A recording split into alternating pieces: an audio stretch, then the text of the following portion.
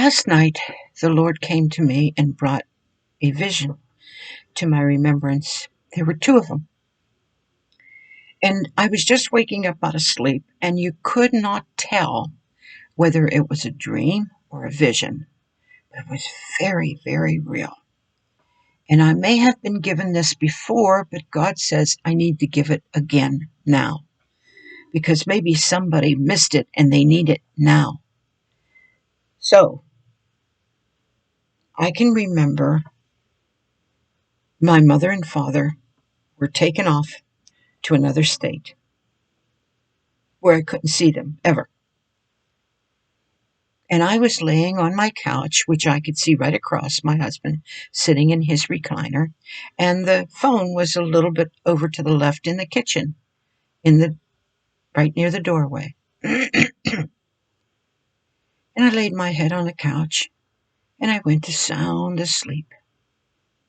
And in the sleep, I saw myself look at my husband because I heard the phone ring. And I looked at my husband, and I got up and answered the phone. And on the phone was my mother. And she said to me, I have cancer.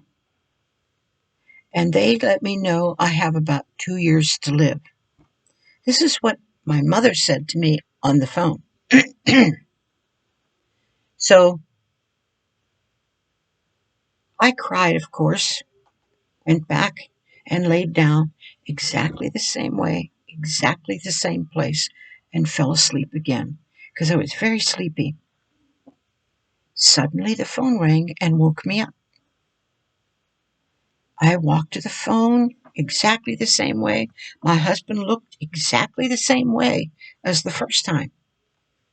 And I answered the phone, and it was my mother, who never calls me. And here's what she said to me. She said, I just had 2 polyps out of my bowels removed.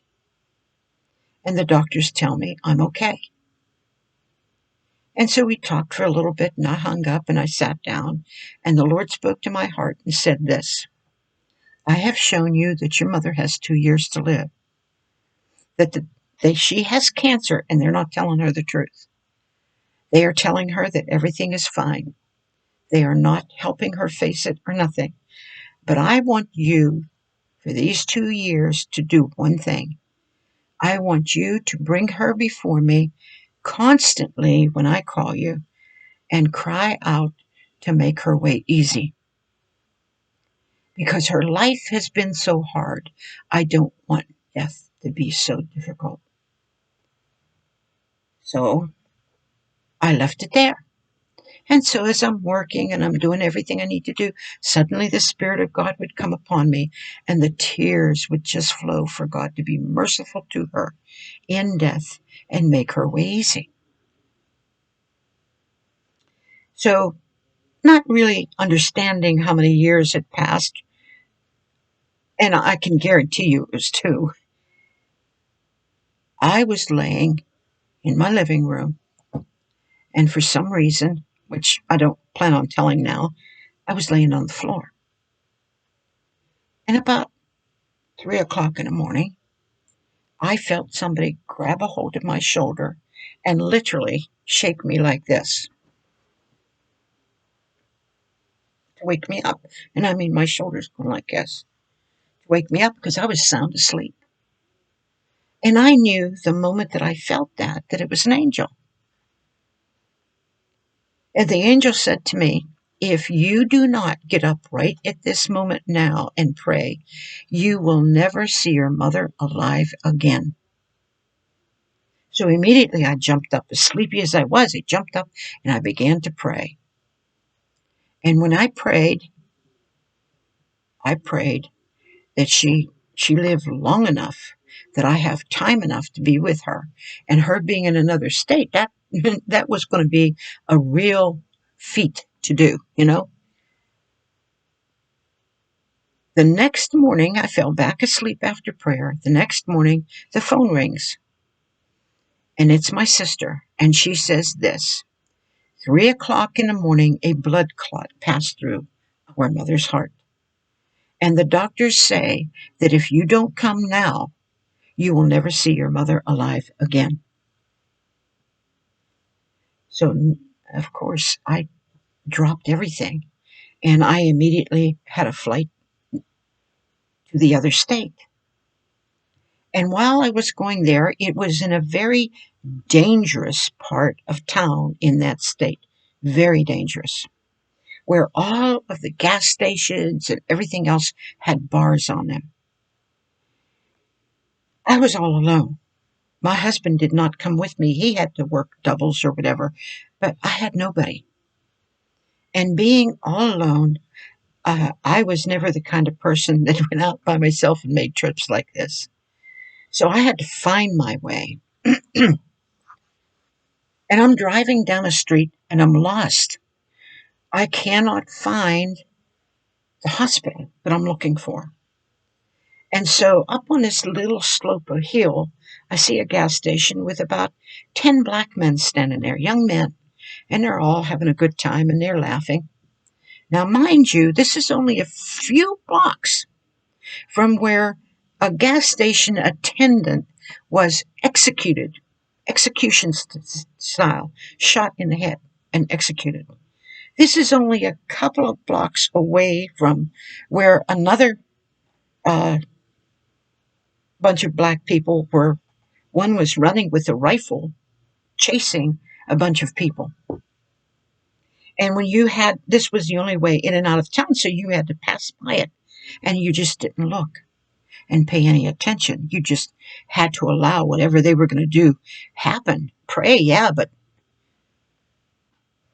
So knowing how dangerous everything was, I still had to stop and ask for directions because I had been going through circles and I didn't want to run out of gas. So I pulled up to where all of these black men were standing.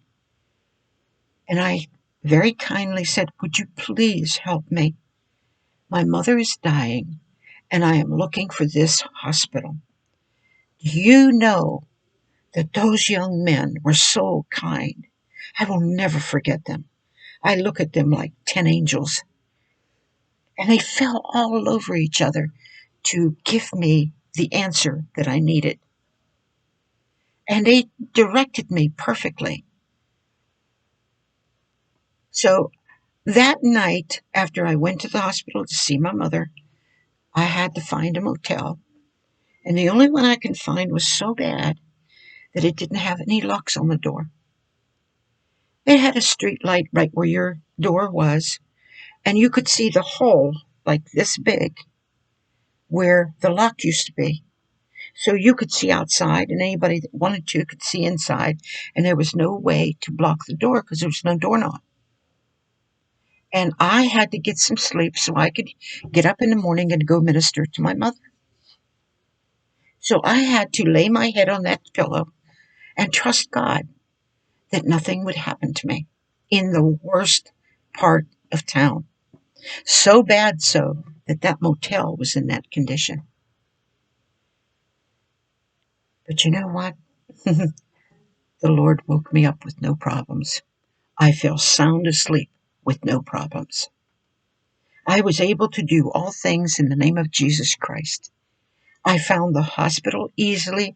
Thank God for the directions of those young men. I had no problems. I get to the hospital, and my mother, they just diagnosed that the cancer she had in her lungs spread to her brain, and they gave her radiation, and it did the opposite of what they wanted to do. What happened is it multiplied the brain tumors, and it caused her to have a stroke. Now, I just came there. I wasn't there more than 10 minutes when she had the stroke. And with that stroke, all she could do was move her hand a little bit like this. I'm trying to make you see.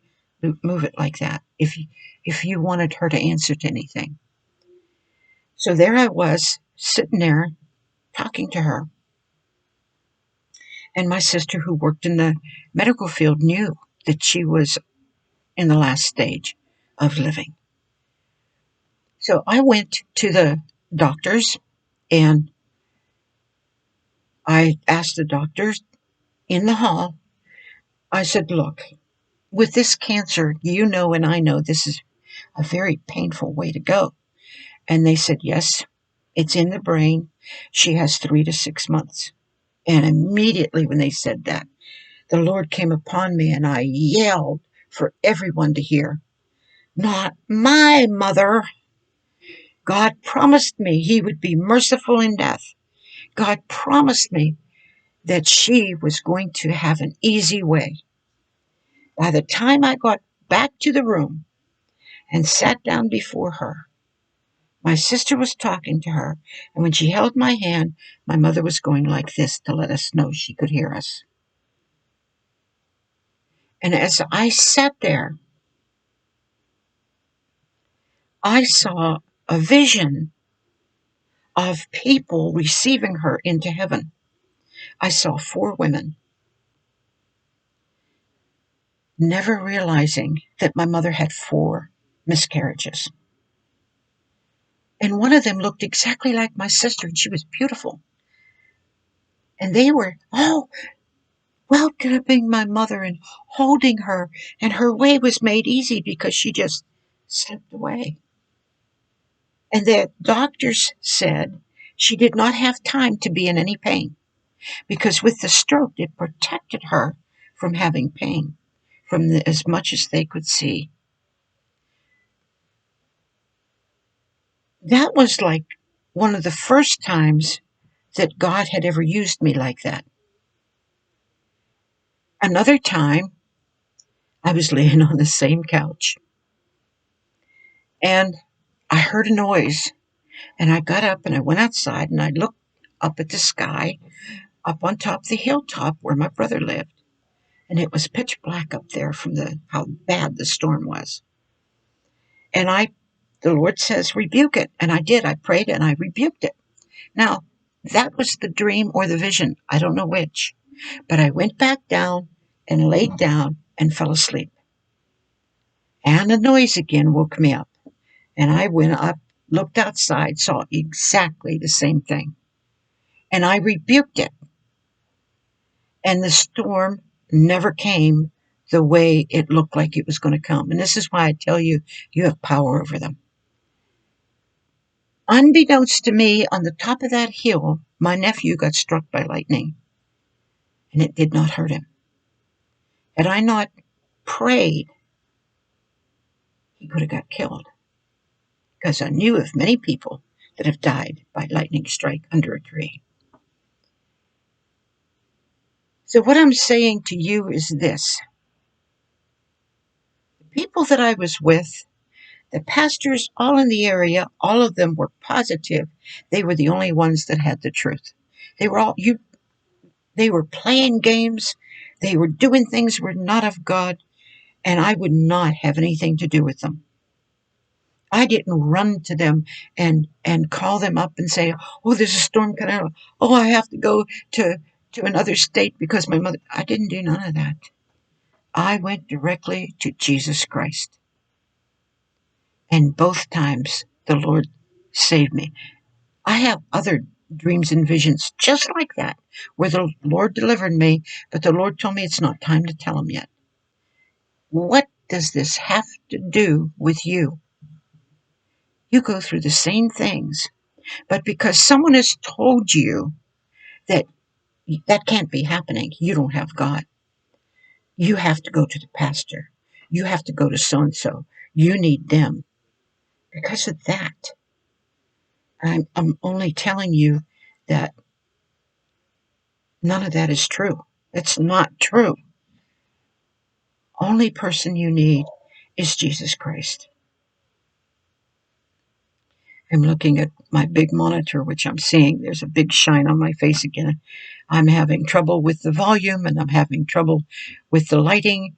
And if that's what it looks like, then that's just too bad. The message is more important to get out, and I'm not going to erase it. So I'm going to encourage you and strengthen you and let you know I've prayed for you according to these kinds of miracles that will happen in your life that you learn to trust in God simply because as you go and you allow Him to, to deal with you and to change you, you work out your salvation with fear and trembling. So the person that comes up to me and says, "Are you teaching that you get saved by works?" No. Paul the Apostle was not talking about that when he said, "Work out your salvation." He knew that you had a whole big bunch of baggage that you had to do away with. He knew that if you went on into life believing that God was completely 100% with you in all that you do, you would be picking up the old you and walking with the new you at the same time. And that you must dump it. It has nothing to do with your salvation. You're already saved. You're already on your way to heaven. And that's why he says there's no condemnation to them that walk after the Spirit and not after the flesh.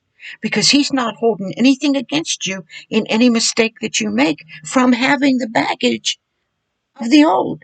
But he doesn't want you ignoring that. He wants you rid of that so that he can come in the fullness and he could help you with everything. I don't know what is so hard to understand about that. I really don't. Because it's not a difficult thing to do. It's a very simple message. But people will twist anything up